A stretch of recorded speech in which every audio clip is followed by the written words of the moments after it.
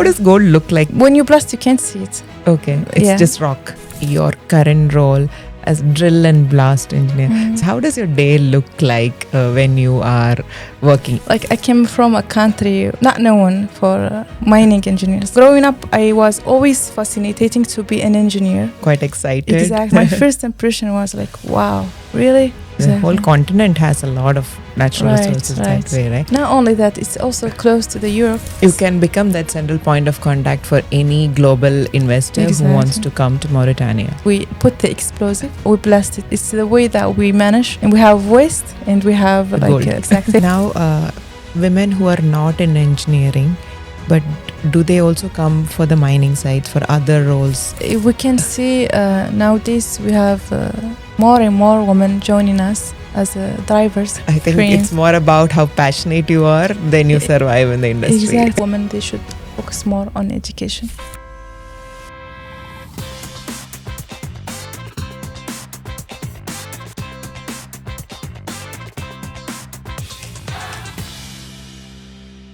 Hello everyone, welcome back to the Bilna Sandeep Show. My name is Bilna Sandeep and I'm Business Development Director at Maven Project Development Consultants. We are a project management and cost consulting company. We help investors and property developers with all their property investment related projects in managing the complete construction of their projects. I also run a marketing agency, Built Market Lab, which is a construction focused marketing agency based in UAE. All of you know that I am a woman in construction, and I used to feel, oh, that's a big deal. It's an industry where there's not a lot of women. And guess what? Who I brought on the show today? Today we have Rabia, who is a woman in mining. She's a mining engineer, and not just one degree, including a petroleum engineering, right, Rabia? Yeah. Rabia, welcome on the show. Thank you so much for accepting. Thank you for having me today here. Thank you so much. Thank you. And, I just want to tell to our audience also that Rabia is not based in Dubai. She is coming from Mauritania and she's flying back tomorrow, and we were able to grab her before she goes. So I just want you to introduce yourself a little bit more about you. Where do you work as a mining engineer? And also, you're also founder of a company. Would you like to share a bit? Thank you so much. My name is Rabia Ghaly. I am a mining engineer, and currently I work as a drill and blast engineer in a site in Mauritania. Wow. So, and also a KOKC engineer. Besides of that, I do have also run my company. It's called MauriSync, Energy and Minerals. Very nice. Yeah. So I mean, for me, like I was just telling in the introduction, being a woman in construction, I've seen how difficult. It's not just for women, for both men or women. Construction is a hard hat industry. So it's not like all bells and whistles, when you are on the site. It's hot and it's harsh, and it's not an industry that women always prefer to work in, right? And mining is something very similar, I believe, right? You also have quite a harsh sites, conditions and things. Yeah. So how is that journey? Like what brought you into this industry? Yeah. Well, as you said, it's not like common for women. Yeah. But I can say that women can do it. Women can do it too. Yeah. Because when you go there on the field, me personally, my first impression was like, wow, like equipment, big trucks, and the mine that I work in, it's now 5 meters above. It's very big. Okay. And it's very dynamic, and you forget about the weather because you do have a lot of things to do. Okay. You do have a lot of things to optimize and work on. So I feel the passion, I do have a lot of passion for it. I prefer dynamic places, and it's very dynamic. Okay. And so you have new challenges every day on site. New challenges, exactly. And, as engineers, we love to solve problems. Yes. And yes, I think it's a good place. And for engineers, you're not going to use, your muscles. Yeah. So you're going to use your brain. You need to use your technical skills more. Yeah, exactly. I do believe women, they could work as engineers in the mining sites. Very nice. Yeah. From your country, right? Being one of the African countries, how supportive how is the ecosystem there for women to come up into different career lines like that? How has your journey been from childhood to the moment when you chose to be in this industry? How was that journey?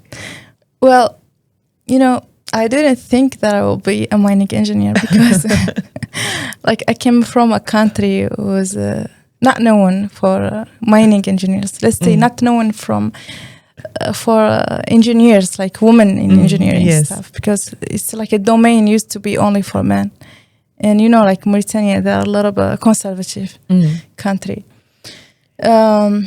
So like I do have like a family who is really supporting. They always support me. Like my mom, she's like my model, and I do remember, like when I was like very young, people talking about mining, because like in Africa, we talk a lot about mining because of the resources that we have. Yes.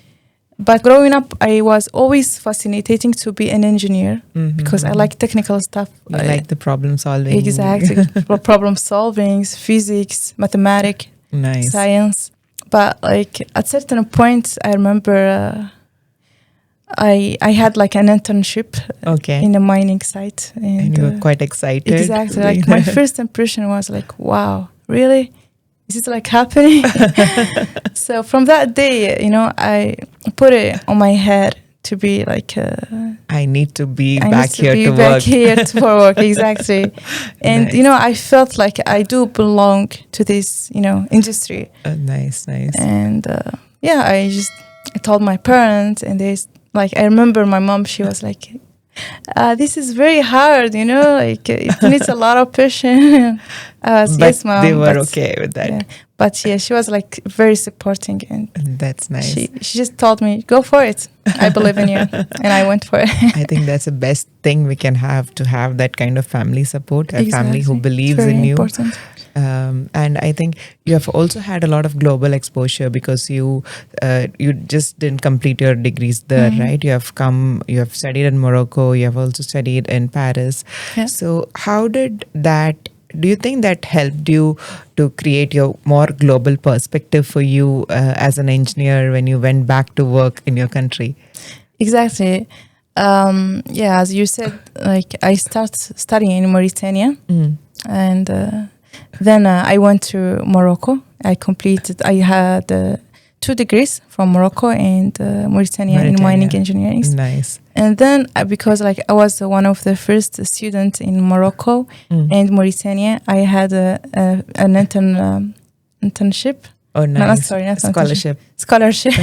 I had a scholarship to France. Oh, very nice. In Paris, a school called AFP School. Oh, nice. And I took a degree there in Petroleum Engineering. Petroleum Engineering. So I believe, another hard industry. Exactly.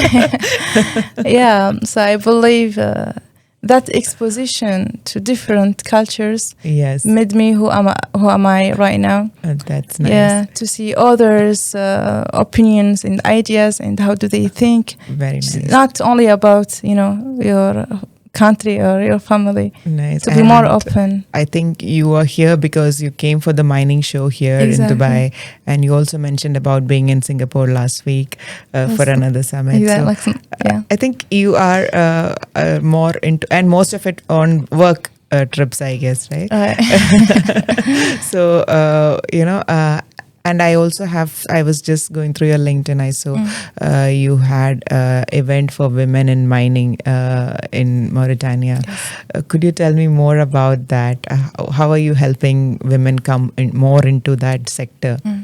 In my country, especially those last years, we're focusing more on empowering women. Very nice. And even in the company that I work with, every year we celebrate women in mining. So we do, that's nice. have celebrating. And beside of that, last month I was in Singapore to attend a conference. Conference called Africa Singapore Business Forum. Oh, that's nice. And it was a very good opportunity, to show the world what resources that we have. It's like part of promotion that we do. That's nice. And the mining show also, like this year I had an invitation as a speaker. Very nice. And it was a good opportunity also to learn from others. It was rich in a lot of big minds there, knowledge and contacts. You know, like for women also, you told me what do we do? Like, so I was part of a benefit organization that we help young people, especially in the mining industry, and especially women. To organize, we organize, you know, some trainings on softwares. That's nice. Yeah. You know, since you were mentioning about the African Singapore summit which you attended, I have also been personally noticing myself in the last 6 months.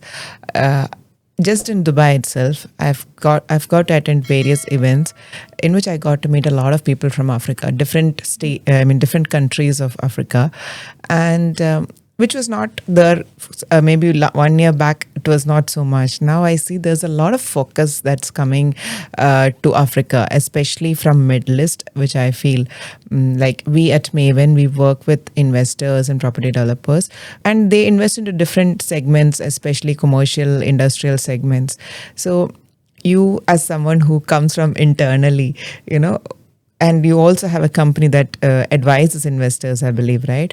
So what are the investment opportunities available in your country, in Mauritania especially, in terms of mining? First of all, you know, like nowadays the world is going to green energy. Yes. And to have that green energy, we need some minerals. It's called critical minerals. Yes. Like lithium, copper, rare earth, nickel.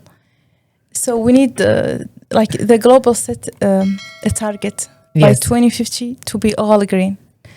So to achieve that target, we need minerals. In Africa, it's especially the emerging country like West Africa, and including Mauritania. They are very rich.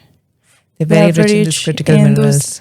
Not only that, gold, coppers, and even quartz. So they are also stable, you know, politically stable, like my country. Yes. So it's like a big opportunity for investors who are looking and seeking for those critical minerals. Explore the country. To explore, and they are not explored yet, you know. They are there, you know, just need to be explored. So there's a lot of untapped resources yet there. You do have good geological. And, you know, like for me, like... first of all, before even starting with the exploration, you need to see if the country is stable. So Mauritania is like a stable country, politically stable country. Even the government is you know, trying to even help the investors to have a good, you know, environment and to come and invest in the country. I believe that's very interesting. And I think you in particular, you're working in the gold mine, I believe, right? Yes, I do work. Okay. So keep note next time you come with the gold for us. I will not forget it. So jokes apart, like, you know, so other than mines, what other industries, like, you know, as general investment, because, you know, when one industry booms now, I know like a lot of people are coming and investing in your country, which increases jobs, which means people are coming from outside in terms of construction. So I think, what other industries do you think will also be booming along with this, which the investors can look at and to come and invest in the properties, or, you know? So Mauritania is like a fresh country, you know, like, and also we do have some natural resources like fish. We do have a lot of different kind of fish. So the fishing is very important. Yes. It's one of the very economical major economic activities there. In my country. And also infrastructures, you know, because like we just start producing oil, gas. Yeah, okay. Now, like... so you have natural gas as well? Yes, we do have natural gas. Oh, nice. And 2025, we just started, you know, producing gas. Okay. So that will bring more investors. So that's a very rich country. I mean, the whole continent has a lot of natural resources that way, right? Yeah. And I think Mauritania is positioned in such a way that you have good political ecosystem as well in the country. Not only that, it's also close to the Europe. Yes, it's on the northwestern side of exactly. Africa. And the US. Atlantic Ocean is on the side. Right. Okay. Yeah, so I believe we will need more infrastructures. Okay. So probably, investment into infrastructure is also something. Constructions. Nice. That's great. Now, I also want to, since we got into the investment side, could you tell me a little bit about MauriSync? What made you become an entrepreneur while you're still working full time? So what's that like? Yeah. Well, I started MauriSync even before I start working with your current company. With my current company, Kinross. The idea came from the need of having more investors, and I saw also even the investors, they are seeking opportunities, but they don't know, don't know. You basically guide the investor on where you need to put the money in. Exactly, guide them, give them the right contacts. Okay. Yeah, and open their eyes, and even I remember last month when I was in Singapore, I met some investors. I told them, they asked, "Where are you from?" I said, "I'm from Mauritania." They were like, "Where's Mauritania?" We are only 5 million people, and it's not a lot of people. They don't know about Mauritania, but actually Mauritania has a lot of resources, and we are welcoming people, to join us and to see what potential we have in the country. And I saw we need that, we don't have that. We don't have companies to promote. So the idea came from the need of promotion, the need of guidance, to guide them. You want to basically put Mauritania on the map. Exactly. Right? To show the world we are here and you need us. And we need you guys. You can become that central point of contact for any global investor who wants to come to Mauritania. And also, not only that, to create jobs, Yes. I believe I always wanted to be an engineer because I love mathematics and science. Yes. But at the same time, the entrepreneurship is something always in my mind. I want to create more jobs, more opportunities for people, bring more investors. And the idea, it was always in my mind, never and you also mentioned your current role as drill and blast engineer. So maybe I just want to understand, how does your day look like when you are working? I think you are on a rotation role also, you mentioned. Yes, exactly. How is that technical side of things? So we do have, first of all, a rotation system. We start by 12 days on the field, on the site. Okay. The site is almost 300 kilometers, from... it's 300 kilometers inside. From the capital. Okay. Exactly. We do have a rotation system, 12 days on the site and 9 days off. Oh, okay. Is it like a compulsory system for the health regulations that you can't be continuously there? Yeah. Okay. Yeah.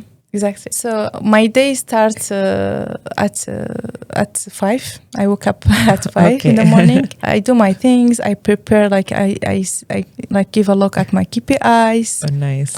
And see everything like went good last night and check it. And then I go to the office at 7. Okay. I start my day by meetings about last night, because like in the mine we work 24 hours. Okay, like we do have 2 shifts. It's like 2 shifts will be exactly, there. Okay. 2 shifts. And then I'm working on drilling, design drilling. Okay. After drilling, like we drill the rock and we put the explosive. Okay. And then we blast it. So it's the way that we manage to have a break in rocks. Okay. And we have waste and we have the gold. Exactly. Okay. How does gold look like while you're mining? What color it will be like? How is it going to look like? Well, when you blast, you can't see it. Okay. It's just rock. But before even you blast, you have a model. Okay. Yeah.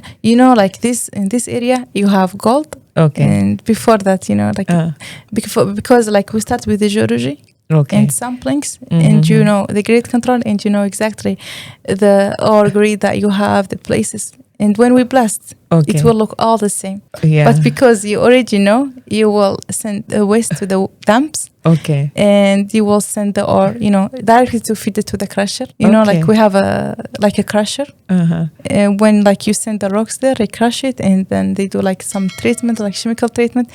and they separate gold from the others All the minerals other and minerals rocks. and And after that, you will have like the yellow gold. the yellow gold, that's how it comes out. Exactly. Okay. It's very interesting because I'm sure most of our listeners would not know all this industry, Yeah. and especially most of us here are in the mid list. We are a lot of them are used to probably petroleum, but not to the mineral industry. What other minerals are there after gold? What's the next most mined In Mauritania. in Mauritania? We have iron. Iron. Okay. Iron. Yeah, we do have a company, a national company. It's called the SNIM.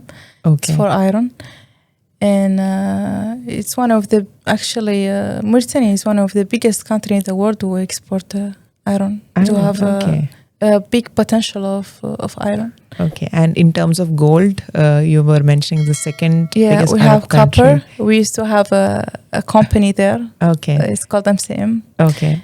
And now I believe there are some companies that are doing some explorations for copper as well. Okay. But the big now potential like companies that are producing are Kinross and SNIM. That's why we need more companies, to come and explore them. Exactly. Right? Okay. Now, in every industry, when I hear they're saying they're implementing AI. Mm-hmm. In mining, do you have any kind of implementation of AI? What's happening? Do you have any updates on that for us? I believe AI it's a powerful, tool nowadays. Yes. Especially for analyzing, gathering informations. Yes. And to even predict where is the gold and where is you can use it. Yeah, exactly. Even like in the drilling and the blasting, we have some KPIs that we look at if we have a good blast or not.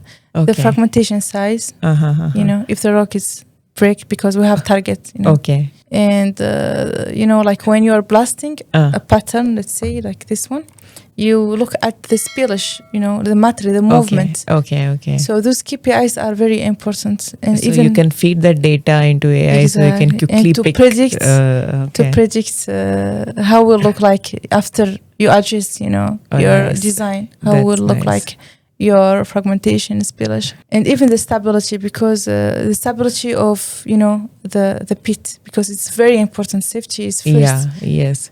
So it's very important to have a blast and doesn't like have a side effect on the final design of your of the pits that you're designing. Exactly. Okay. So I believe AI will for sure help us when we implement it to have a good, analyzing and even model prediction for the vibrations, even for the fragmentation when we put it on the drones, to connect it with the drones, because like the fragmentation we do it by taking pictures of the rocks after blasting. Okay, that's nice.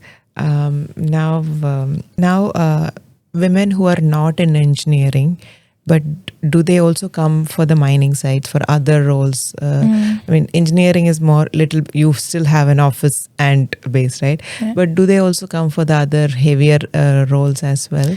We can see nowadays we have more and more women joining us as drivers. They drive big trucks. Okay. And these are the heavy trucks you're talking about? The heavy truck. Which takes the whole load. Exactly, take the whole load, like 200 ton. Oh, okay.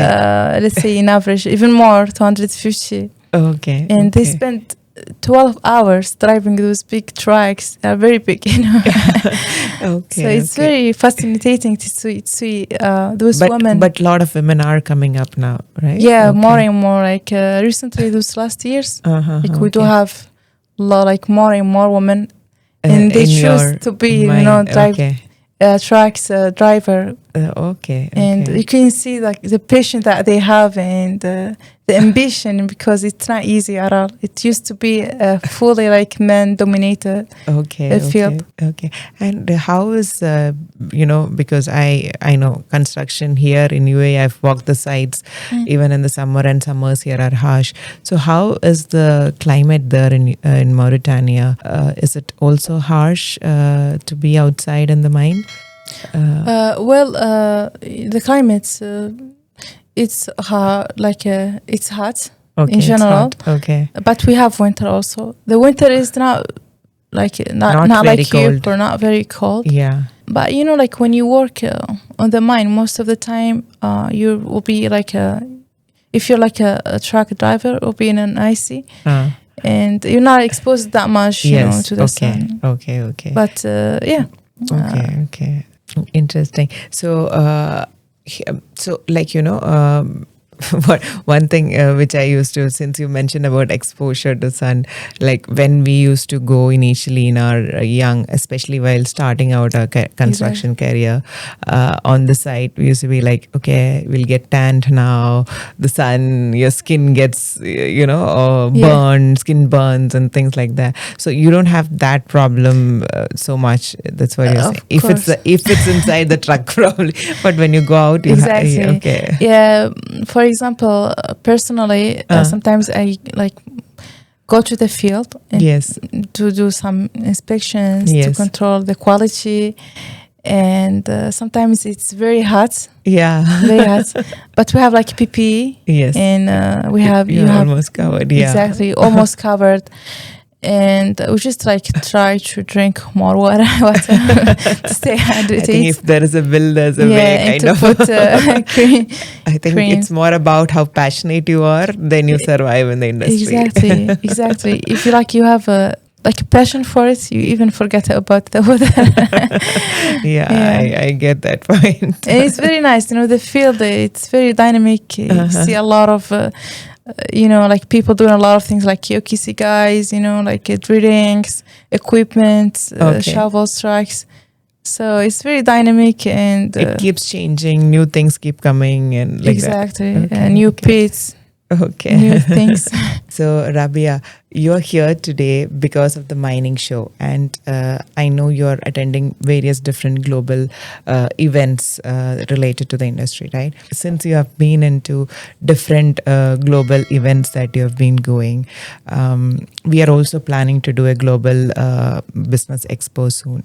So, we want to bring different companies from around the world to exhibit anyway, because this is like a central ecosystem to the world. Now it's a trading hub.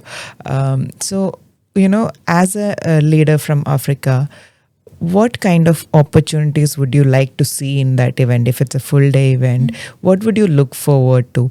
This will be a good input for us, as well as anybody who is conducting that kind of trade shows and events here. Yeah. What exactly are the things that would help you, the African businesses? Well, I would like to see more technologies. Technologies, okay. Yes, and the focus also on the companies that they are building, like AI now, implementing AI. Nice. And I believe I would like to see investors coming into the event. Exactly. Right? And I would like also to see young people also from Africa, because Africa, we do have some young people that are very ambitious and very talented, ambitious people.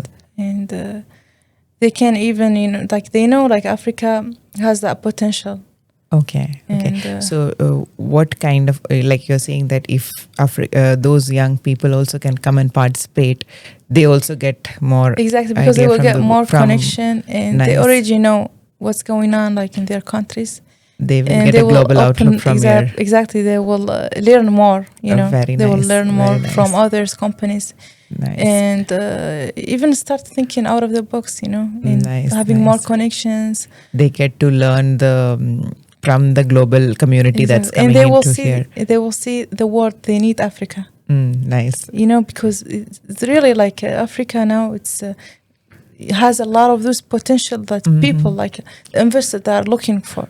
Yes. And people, they used to say Africa is high risk, but I believe Africa is high potential, Very nice. Now, since you brought in that topic also, I want to ask, what is one perception about Africa, one general perception about Africa that you want to change for the world? I would say Africa has many potential resources, and even the generation now, it's very educated. Nice. So there is human resources also available now. Okay. And we need, since you work with different investors who's coming to Africa, right? What is that resistance you see? Like, are they scared to come to a new market and invest, or anything particular that you have noticed? That's I noticed that people, when you like, especially like the west part of Africa, because I'm in one of the west part yes, African, they are afraid of stability, yes, and the security, political scenario of the political countries. scenarios, and even they don't know like which contact they should, like a trust issue, they don't know which person they should trust. It's a new country. Who is the right Who one should to I trust? go for? Like, who should I trust? Yes, Because to invest in something, it's a big decision. Yes. And you should only invest in something that you are 100% sure is the right, decision. But in my case, Mauritania, politically stable. Yes, that's a And good if you option. know the right contact, and if you know exactly what you are looking for, I believe you can make it. So, what is the right path to come and invest? Like, if I can't just fly in and decide how I want to invest. So, what kind, is it through companies like yours who can help people set up a business there? Or how? Mauritania is welcoming investors. Everything is it easy through the there. government, or do we have to go through different business setup companies? I don't mind if you go to me. So you will be able to take us through I the will whole take you ecosystem. Very nice. That's very nice. So anyone who is watching who wants to go and invest in Mauritania, here's your girl. I am here for you. That's nice. So I think with that, we will wind up the session with one last question. Okay. You being a woman in mining from Africa, what is the advice you want to give to other African women, the younger generation, the young kids who are growing up, especially the girls? What is that you want to advise to them on taking a path to engineering or mining or any hard hat industries? Thank you for your question. I believe education is the key here. So people, the young generation from Africa, especially the women, they should focus more on education and to valorize the potential that we have and to invest in it by education and by engineerings, because we have the sources, like we have the resources, but I believe we need more. The key here is education. Women, they should focus more on education and to valorize the potential that we have. Nice. And also to know that it's not impossible to be, let's say, a mining engineer, because I did it. So you can do it. You can do even more, And they can do it, I'm sure. And I believe women can do anything man can do. Very nice. And education, valorize what we have, and we have a potential. We have a lot of potential in Africa. And the young generation can really make the best of it, right? And they can even make more of it by education and by entering some rare field, let's say, like mining, because Africa has a lot of mineral resources. Nice. So mining is very important, and it will be even in the next years. Like now, the world is focusing more on Africa resources. Mm-hmm. So I encourage them to enter, this domain. Into this domain. And it's not possible, and it's even there are a lot of fun in it, a lot of dynamic, and a lot of passion for it. Thank you so much. Thank you. I got a complete new perspective of a new industry today. Thank you, Rabia, so for much. Enlightening me and our listeners. Thank you for having me here today. Thank you so much. And to all our listeners, don't forget to like, subscribe our channel. And if there is any particular industry you want me to bring on the show, please comment below so I can start looking for them. And if you want to connect with Rabia, I will be leaving all her LinkedIn links and other company details in the caption, so you can all check them out. Thank you. Thank you so much. Thank Bye. you.